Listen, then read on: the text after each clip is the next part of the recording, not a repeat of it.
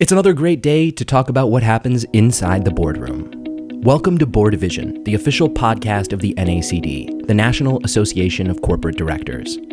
On this show, we share perspectives from leading corporate directors, discuss what makes boards effective, how they can help companies face challenges today, and become future ready. Think you know what it takes to serve in the boardroom? In this episode, Susan Paley, NACD Vice President of the Chapter Network, speaks with Joanna Burkey, the former Chief Information Security Officer at HP, a role she left in December. She's also a board member at Reliability First Corp. and Beyond, formerly Overstock.com and Bed Bath & Beyond. They discuss the purpose of boards, how joining a board changed Burkey's perspective as a member of the C-suite, and what C-level managers aspiring to board service should know and consider.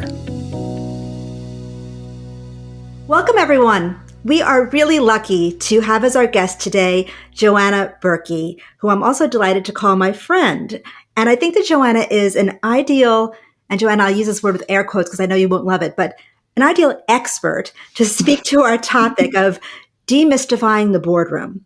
Joanna has held dual roles at the same time. So she's been concurrently a C-suite executive and also a member of boards. And so therefore she has really been able to see from both sides of the same table, the board itself and the role that it plays, the individual board experience and the executive experience at the same time. And also Joanna, this is a spoiler alert, has a great story about how she landed in that boardroom. So I'll dive in with this. Welcome, Joanna. Thank you so much, Susan. I'm really pleased and honored to be here. We're delighted to have you. Let's start with the beginning. It really is on everyone's mind to find out what the pathway is to the board seat. And I'd wonder, what is the moment in your journey when you decided, director, that's what I want to do?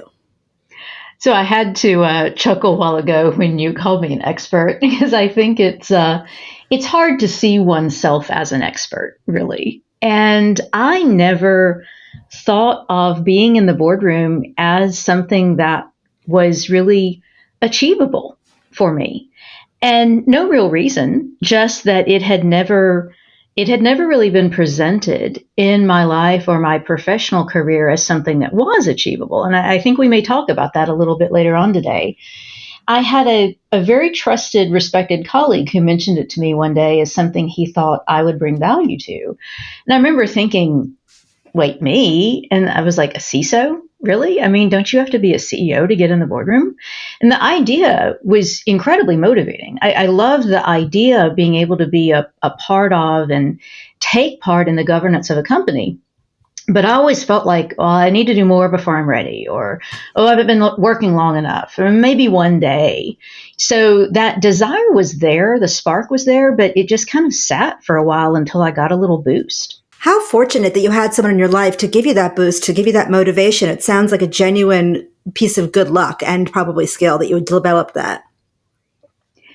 There is, I think, there's a lot of luck. There's a lot of synchronicity. There's a lot of the right people coming into our lives at the right times when we need it, I think. And, Susan, you're one of those people in a lot of people's lives, I believe. And, being able to be that person for someone else is one of those unexpected benefits of now being in the boardroom that I've uncovered.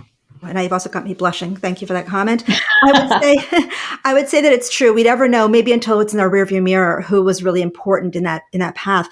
And you mentioned your thought was, isn't this only reserved for CEOs, a board seat? Which reminds me that for some time, am I right that it was mostly or largely CEOs and CFOs who landed in the boardroom? Largely so, I believe. And, still when you look around, you look at proxy statements, you look at, the skill sets of a lot of seated directors, there's a lot of people representing the CEO seat and the CFO seat, which makes a ton of sense. These are two roles that arguably see the most, have the broadest vision within an organization, and, almost to a T, have really valuable experience to choose from.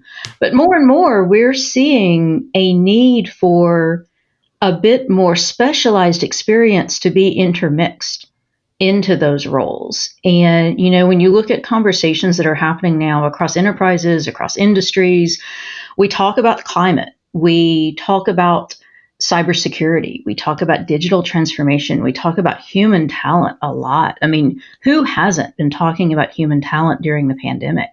So it really has brought a light to the fact that there is not only a place for, but there's a need for additional skill sets in that boardroom to add to what the CEOs and CFOs are bringing to the table. You did bring up that your position was suddenly an interesting one to bring to the board table. So can you speak a little bit more about coming from your CISO position with that great sort of investment of energy from that, I guess I'll call them loosely a mentor of yours, maybe they weren't formally so. What was your path to your first board seat?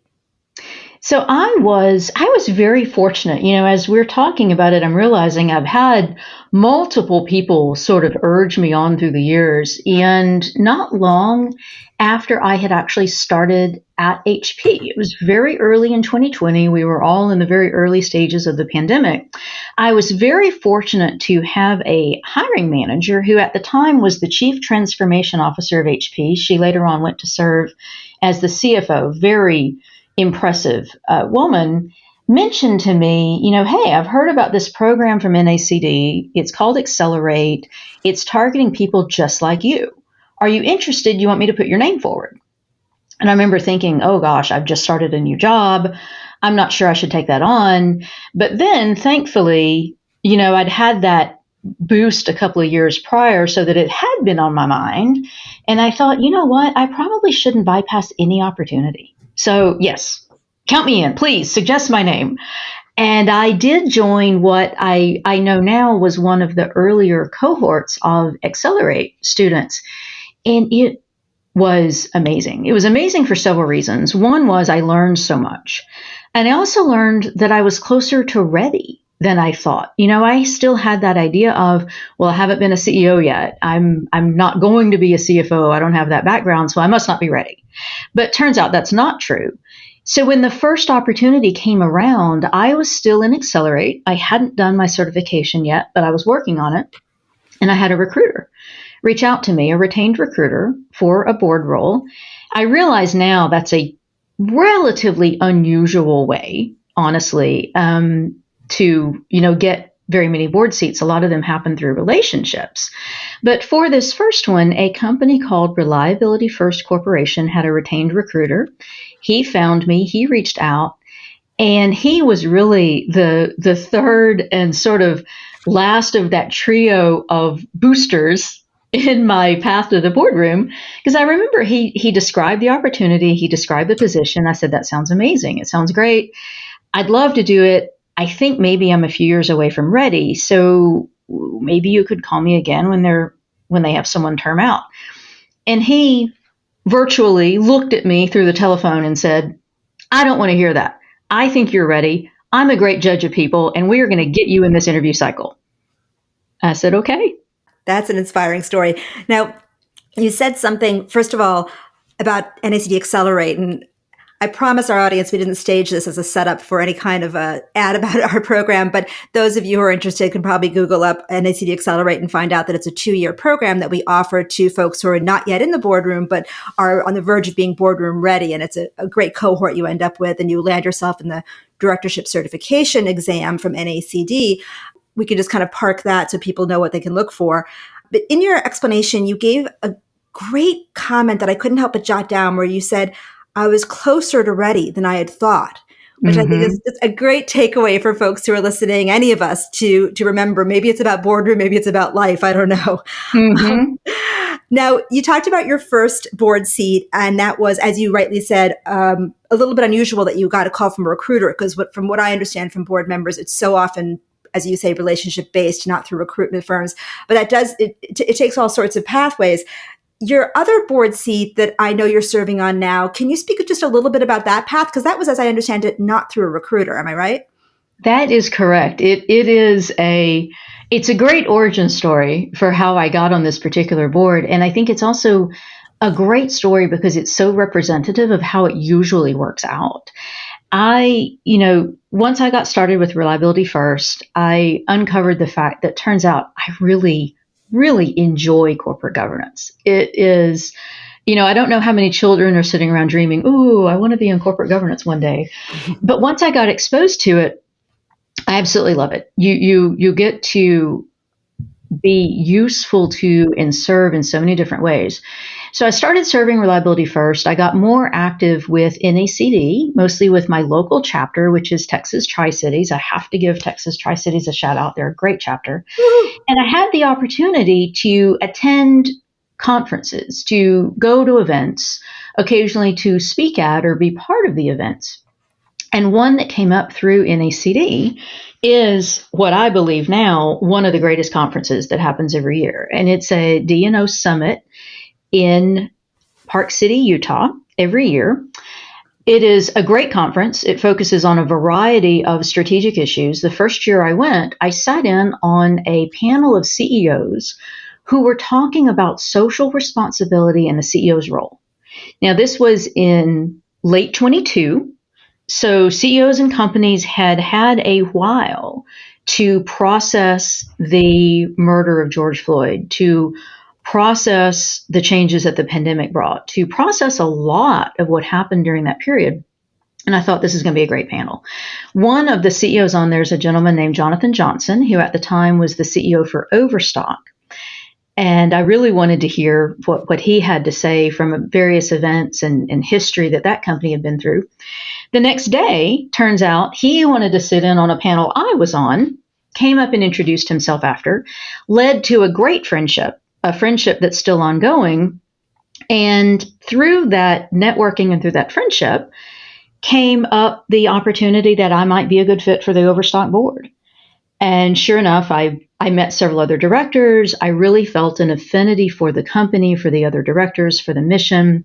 And even though at the time I had been going through the interview cycle with another public company, I really hoped Overstock would give me the call and offer me the seat because it felt harmonious. It felt like the right place to be. And all because of starting a little train of going to conferences and networking and making relationships. It led to an amazing board seat. We could do a whole separate podcast on what's happened with Overstock and your service there for the past year, but we'll reserve that for another time. I remember actually being in that room in Utah when you and Jonathan were speaking, and it is a testament to some people get a little freaked out by the word networking. It really is just connecting and having those genuine conversations. And I sort of had the privilege of watching that unfold. So I think it's a great story. Yeah. Let me get us back to the conversation around this demystifying notion and talk about what you've seen in your overlapping roles. So my question is, as an executive, what was your relationship with the board like before you sat in the boardroom just from the C-suite?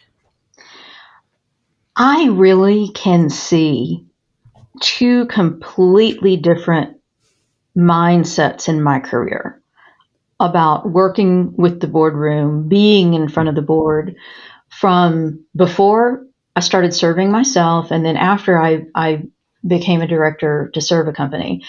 And on both sides of that pivot point, there's always been a very healthy respect for the people at the table. These are very smart people. They've earned their seat there. They're bringing a lot of value from their experience.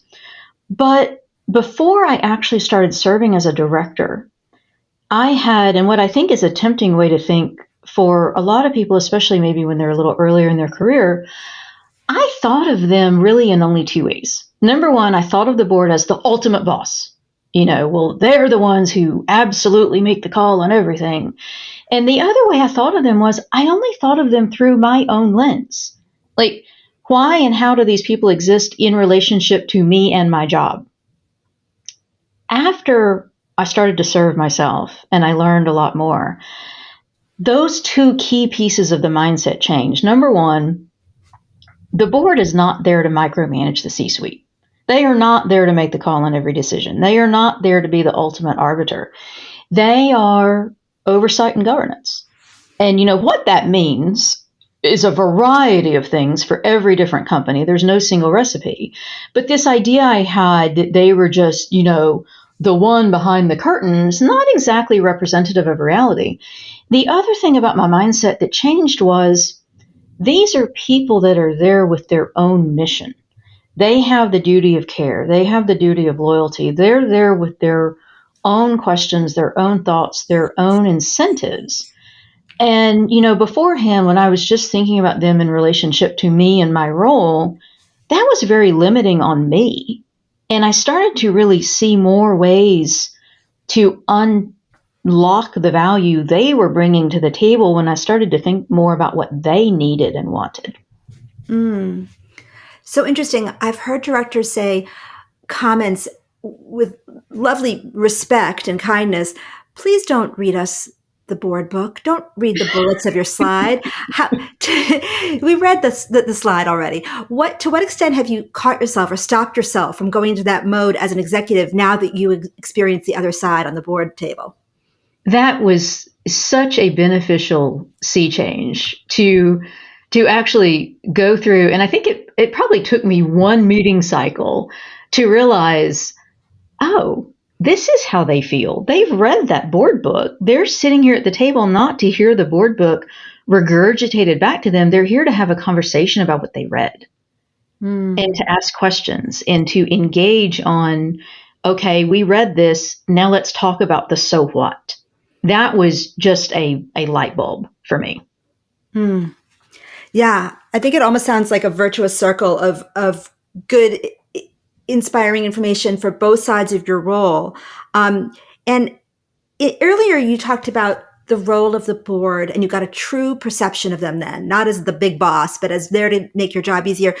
To what extent do you think, you may know the old mantra in board world, which is NIFO, standing for, you know what it is, nose in, fingers out. To what extent in today's environment is that still an appropriate guideline? Oh, that is such a great topic and a great question.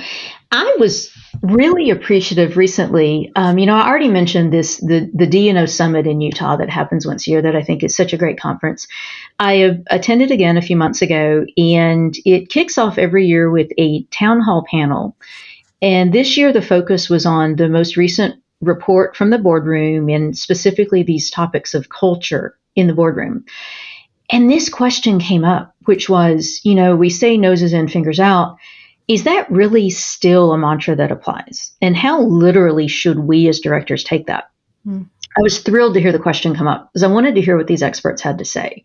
My own opinion on that has been evolving in these last 3 years since I started serving. And it's evolved to think that it's a good guide, but it shouldn't be taken too literally. I think the sentiment behind it, which is to remind the director that they're not an executive, they're called a non-executive director for a reason. And it's good to remember that because we're not there to second guess, to micromanage, to do the job ourselves. However, the company sometimes needs more. And, those needs can go in cycles and in waveforms. There may be a quarter where the company is undergoing a lot of drama or churn with some activists.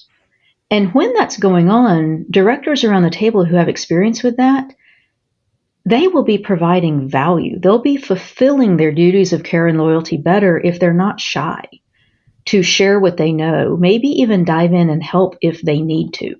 I think the key is it's not to be taken literally, but it's to be taken as a nice guide to prevent us from overstepping as directors, but not to keep us from bringing maximum value to the table. So, Joanna, you mentioned in that commentary the current thoughts about the way we can take NIFO and kind of hold it lightly as a guideline. And you talked about duties of care and loyalty. Let's dig into the basics for a moment. Help us understand, what is the purpose of a board of directors? What do they actually do? And then further, once I get your thoughts on that, I'll be curious about what is the role of an individual director in the boardroom? Mm-hmm. It is very common to hear. You hear a lot of people say, the board is there to hire and fire the CEO. Like, Okay, yes, that one of the primary duties of the board is to make sure the right person is running the company. I like to think of it and say the board fundamentally and absolutely is there to pay attention to value creation over the long term. There's a reason directors serve for years, generally.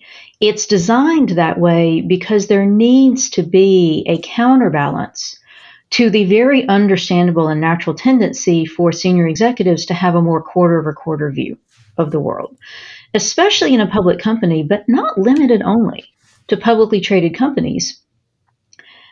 The C-suite is there to execute on a set of goals that generally are more short-term in nature. And that's fine because the board is there to counterbalance that. And the board is there to pay attention to, are we growing, maintaining, and keeping that value over the long term? You need both sides of that coin. And you need the board to be there and focus on important things like, is the right CEO there? Oh, now we have the chance to hire one. We take this very seriously. Let's make sure we get the right person on board. And it's all about that value creation in the long term, which is not only financial, but it's how the company is set up and operating to achieve their stated mission and to meet their ongoing commitment to the stakeholders.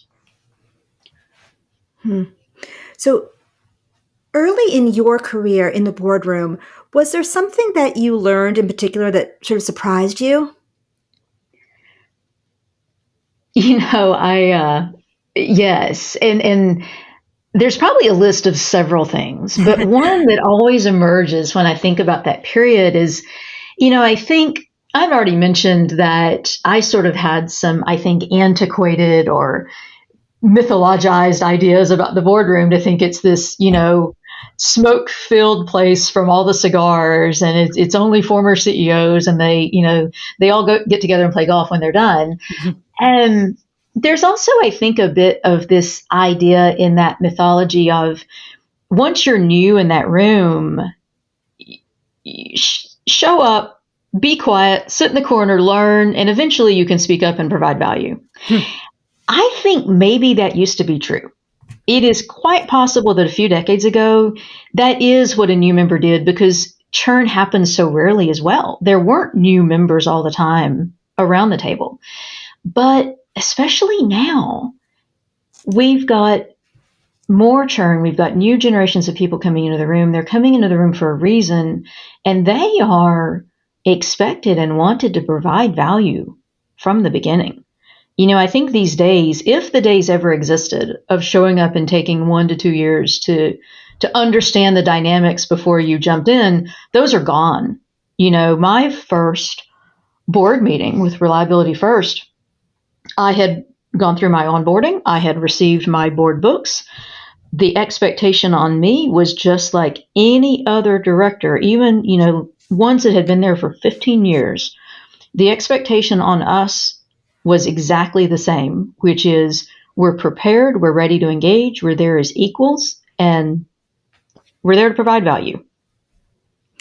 It almost sounds to me like the training wheels have come off. Like there used to be a respectful pause in the culture of the boardroom. Now it's like, bam, you hit the ground running. And to what extent do you think that's just indicative of the speed of business in our current environment in general?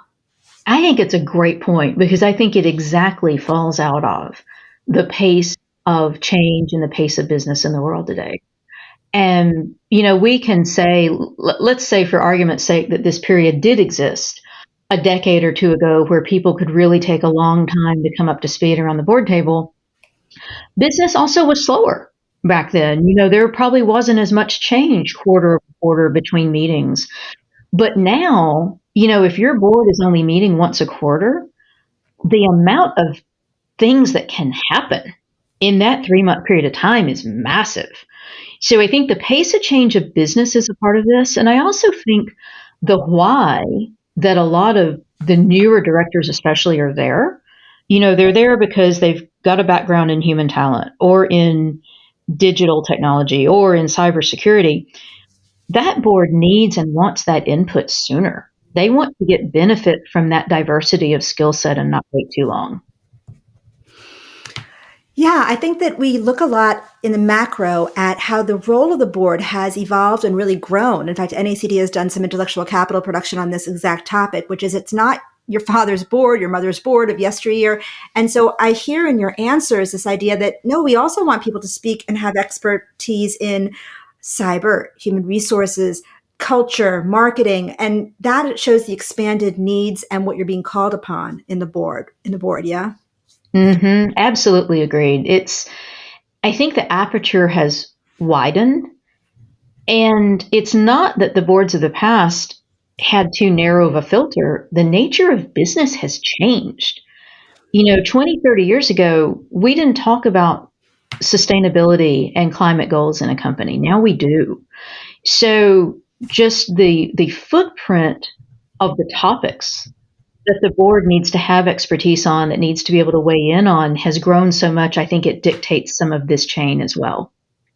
Let's dig for a minute into the weeds of how we accomplish that. What does a typical board calendar look like? And where does that align with an executive's calendar? That's such a pertinent area to bring up. I'm glad we're chatting about it because I think it's one, I don't know that it's one people always think about. I know that when I got started with my board service, I didn't really know what that looked like. I mean, I knew there would be quarterly meetings and thought, okay, well, there's probably these committee meetings. I know committees exist, and that was kind of the extent of what I expected. And now, being in it with a couple of different companies and going through the cadence as well in the seated role, the way I think of this is you've got two different waveforms. You have the waveform of meeting and preparatory cadence for the C-suite and the senior execs, and you've got your waveform and your cadence for your directors. And those waveforms definitely touch. They're obviously touching when there's quarterly meetings. They're touching to a degree for committee meetings. For example, you're usually going to have your CHRO there for at least part of your compensation and talent committee meeting, for example. So your waveforms definitely touch when it comes to some meetings, but they're not perfectly in sync all the time, and that's on purpose. Your board directors are sometimes going to meet just as a board when there's reasons for them to do that. They may, especially when there's a lot of activity or a lot of churn, they may move to a monthly cadence where the execs are sometimes there and sometimes the execs aren't, but the directors have a monthly cadence for a while. In the C-suite waveform, the preparatory cycle is, of course, really big, and it's not unusual that 6 weeks before a quarterly meeting, there's already reviews of material taking place. There's already, some material getting fleshed out where we don't think it's going to change too much before the meeting. There's a lot of preparatory work that goes in there. So I think it's really nice to think of it in that way, that each area has their swim lane, and sort of the peak of the activity for the executives occurs a little bit ahead of the meetings, where the peak of the activity for the board directors might be at a different time. And they each sort of need to plan around that. So especially if you're a seated executive and you've got a very full calendar, thinking of it that way and planning around it for your board service so that it doesn't interfere too much with your day job is a really good way to think, so that you're allocating time and bandwidth for both at the right times. I was smiling at the beginning of your answer. You mentioned waveforms, and I thought, that's how we can tell that Joanna studied computer science in college, and I was a liberal arts gal myself. It's not a metaphor I usually use. I love it. So you spoke a little bit to the calendar overlaps and the waveforms coordinating or not.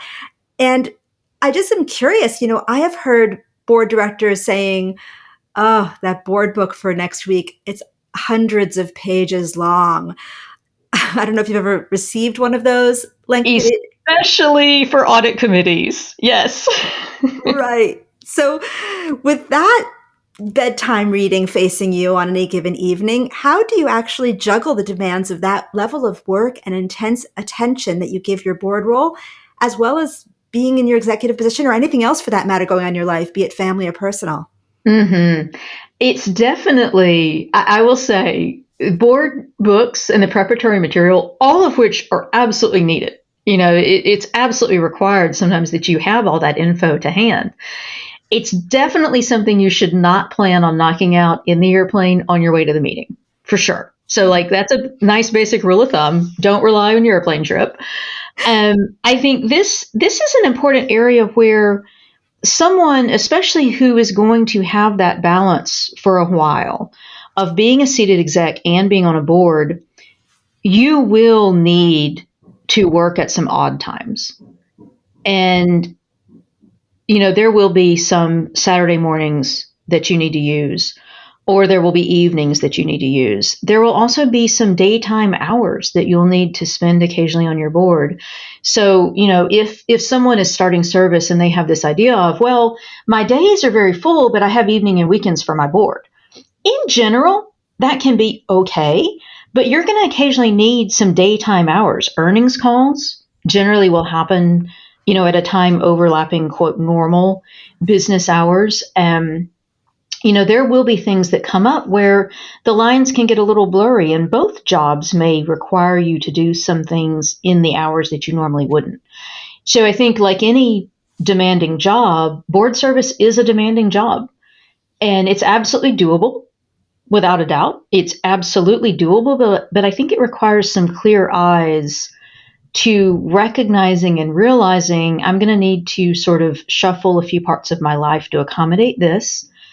And yes, this is a good time for me to do it in my life, or maybe this is not the greatest time, but in 2 years, I'll be much more able to do it. It is a great and very necessary thing for aspiring and new directors to think about.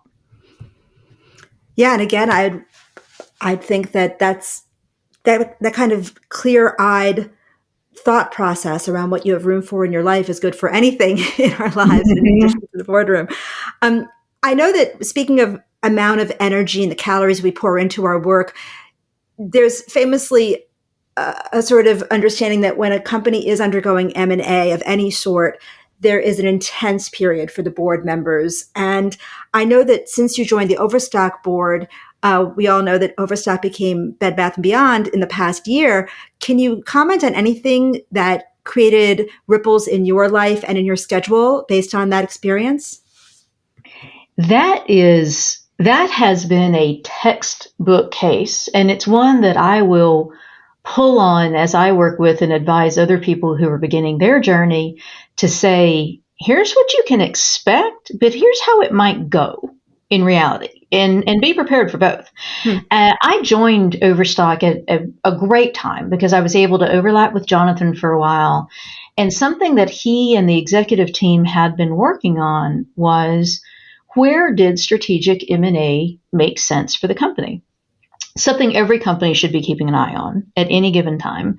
But it was very much a top focus for Overstock the last few years as the company went through their own transformation and changes.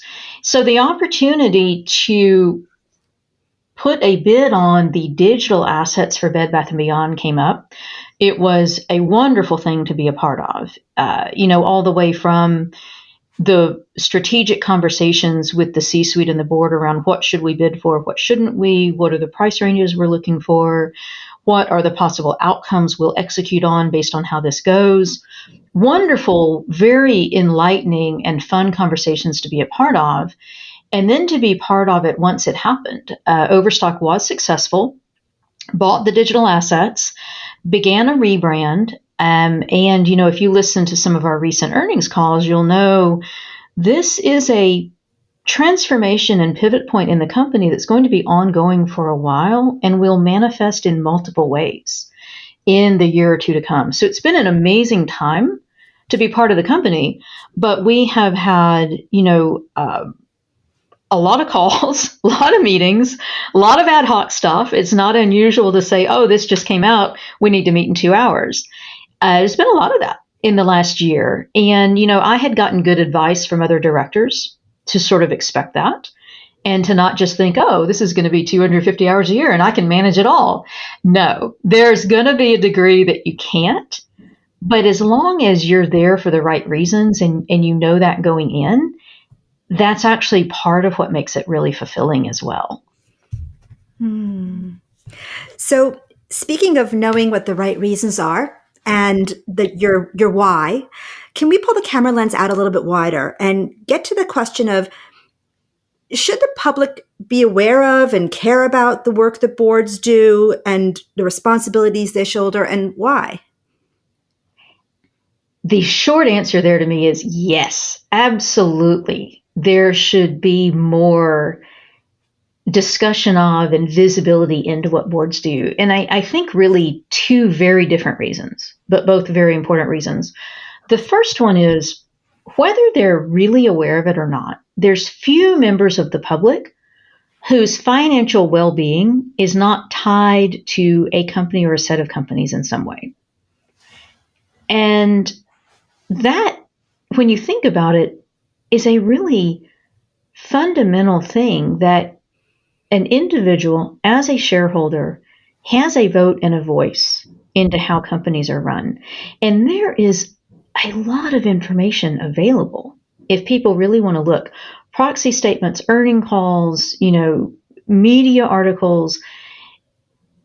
If people have a certain company or cause or mission that they're very invested in, there's absolutely a lot of information to uncover that is very informative and can help people in using their vote and their voice.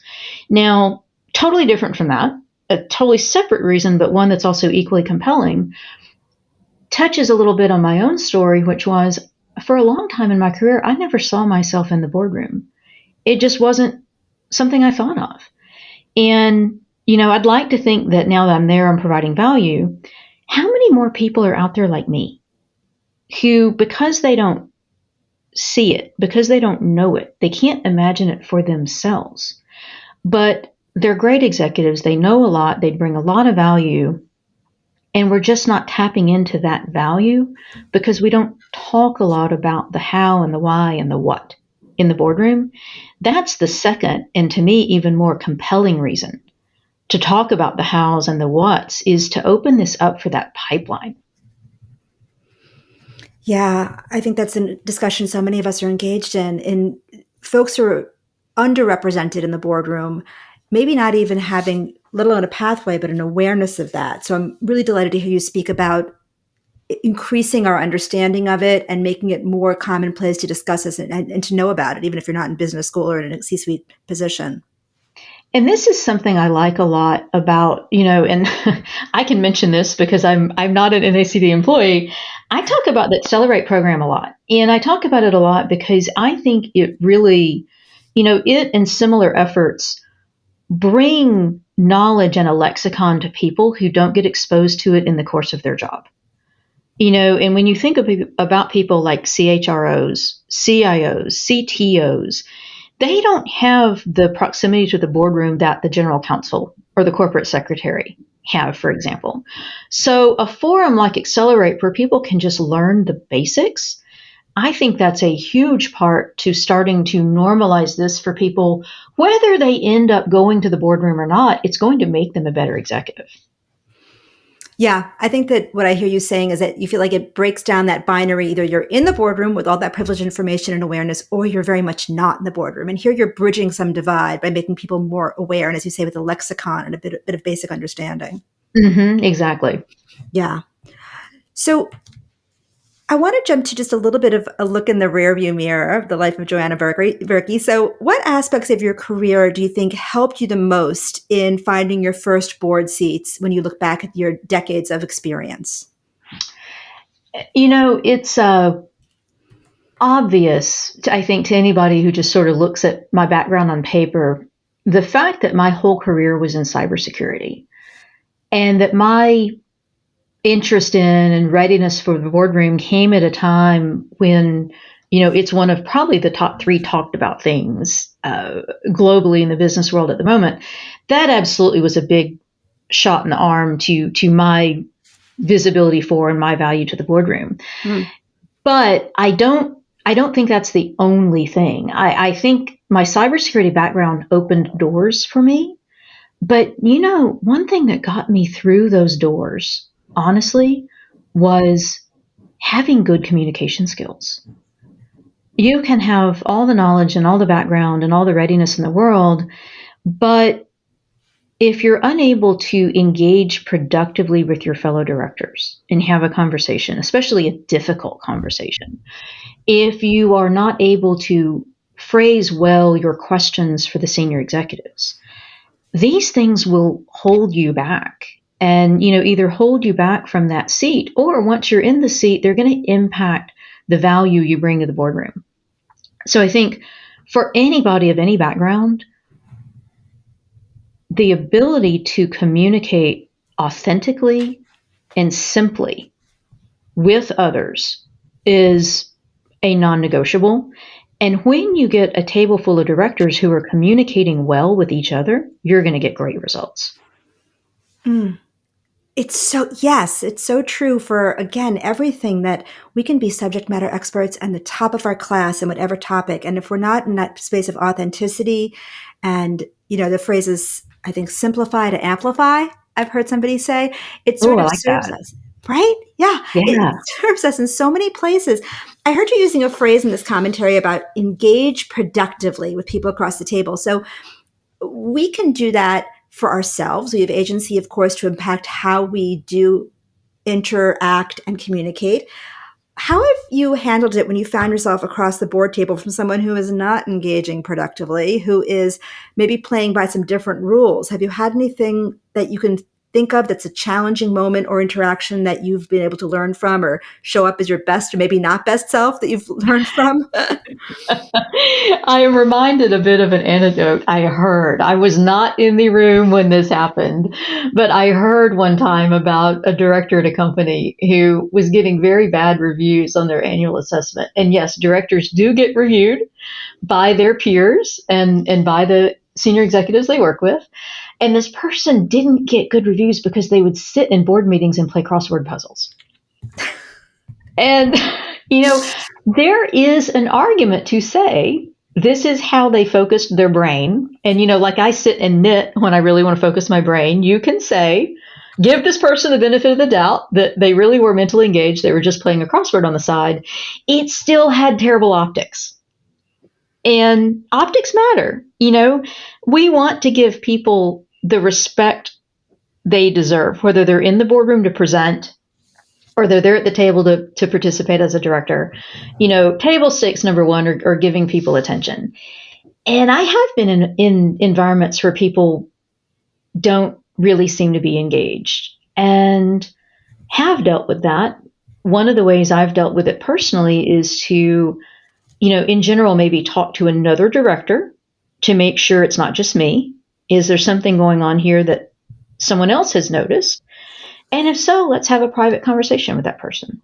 Very low key, no need to make a big deal out of it, and find out, what's going on. But just FYI, here's how you're coming off. And I've seen that be very effective. Yes. And I think my audience can join me. We're imagining you now sitting in Austin with your microphone and a knitting project right in front of you to help you focus here. I think it's great information. But you do speak to something that's particularly dicey, that you can have a private conversation and let someone know, I'm not here to judge, but I'm here to tell you how it's interpreted by other people. And maybe we can hope that opens up a candid dialogue. Mm-hmm. And it's hard, and I'm not saying anything that this whole audience doesn't know. Whether you're in your very first role out of uni or you're an experienced leader for decades, it's hard to share things with people that might hurt them. But I got a great piece of advice when I was in my very first management role from my own manager when he said, if you don't share information with people that's going to make them better, you're doing them a disservice. And I like to think about it like that. Also have humility about it, of course.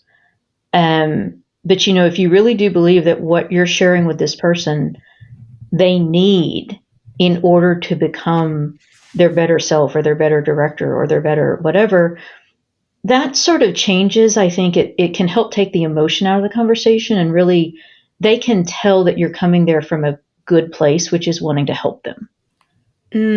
Your intention behind it shines through. I feel like this conversation has been full of things that are useful for life, not just boardroom, but you said something intriguing there, and I would love for you to say it again. The advice you got was about giving somebody feedback. Can you just say again what you were told? Sure. What my manager told me was, if you know of something that your employee, and this was in the context of me giving input to my own employees that reported to me, he said, if you know of something that they need to know in order to become better, if you don't share that with them, you're doing them a disservice. Mm. Yeah. And Brene Brown comes to mind, and I think she backs you up on this because she says something to the equivalent of clear is kind, unclear Yes. is not kind. Yeah. Mm-hmm. Yep. And it feels so counterintuitive because it feels unkind to tell someone something like, you're coming off unengaged at the table, or, and. But the reality is, it only feels unkind because it's hard on us. And the world isn't here for us to feel comfortable. We're there at that table to try to help everyone. And sometimes that requires being uncomfortable. Mm. So, Joanna, as we're beginning to wrap up our conversation, which I've just loved, thank you so much for bringing all your candor and honest experience here. We love it. I wanted to ask you, in the vein of paying it forward, there are a lot of people listening who might be aspiring to some success akin to what you've experienced. And if I can invite you to cast your mind back to a younger Joanna, maybe 5 years or 10 years ago, or anyone at an earlier stage in their career, what advice might you offer them? What I always think first, and what I wish I had been told more, although who knows if I really would have listened to it, is not to make yourself into something you aren't. I think especially when we think about aspiring directors and new directors and this desire to be in the boardroom, I think there's this idea of what, quote, the right director looks like. And I alluded in our conversation today to just some antiquated ideas I had about the boardroom before I started. I think if the role is right for you, then the right director looks just like you. And we all know how hard it is to cover up our true selves. It just takes way too much energy. And eventually your true self is going to come out anyway.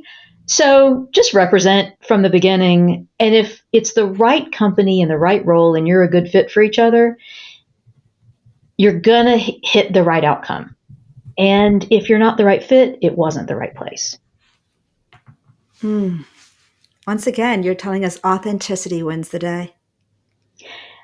I believe that it does. I really do. And I think we are increasingly working in a business world where offices and buildings and boardrooms, they're all becoming more authentic, which means communication even more important. But I think it means, too, we're reaching better and better outcomes in a very complex world. So what you just shared with us was really important for us to hear, I think, about executives who might be on their way into the boardroom. For those listeners who are already seated around a board table, what might you share with them that you think they need to know about boards to have some success in that world? I think it's hard to understate how important listening is. Listening and reading the room. And I think I may be contradicting myself a little bit because earlier I talked about, you need to show up prepared, roll up the sleeves and engage. But there's a difference in just jumping in and talking because you feel like you have to versus taking a little bit of time here and there to really have your ears open, to listen, to read the room. I see a lot of people, and I think I have fallen into this trap myself, especially when you're new. You want to show up and immediately show your value. You so bad want to be successful, and you so bad want to show these people that they did well to pick you, that you can sometimes get ahead of yourself. And I think it's good to have a reminder sometimes that says, they know you have value because they picked you. So show up prepared, show up ready, but don't be shy to read the room a bit and pick up on those dynamics, pick up on some of the unsaid ways of working and talking and engaging. Very, very small detail here, but an important one. Do your fellow directors use the raise a hand button on a virtual meeting, or do they just pipe up? I've seen both. Neither one's right or wrong, but you should probably do what the norm is in that room. And that's just an example in a very small way of reading the room so that you are better integrated into that boardroom. Well, I think I can read the room here in the audience in our universe to say that we've gotten a lot from this conversation. And once again, I can't thank you enough, Joanna, for being with us today. Really a delight. So thanks. Thank you so much. It is always a pleasure to talk to you. I love these questions, and I'm looking forward to continuing to follow this podcast myself. Thank you so much. That concludes this episode of BoardVision. We hope you enjoyed listening. Please subscribe and join us next time. Until then, visit nacdonline.org to stay informed about the latest resources NACD has to offer, such as memberships, certification, national or chapter events, and our content, including reports, articles, and Directorship Magazine. That's nacdonline.org. Thank you for listening.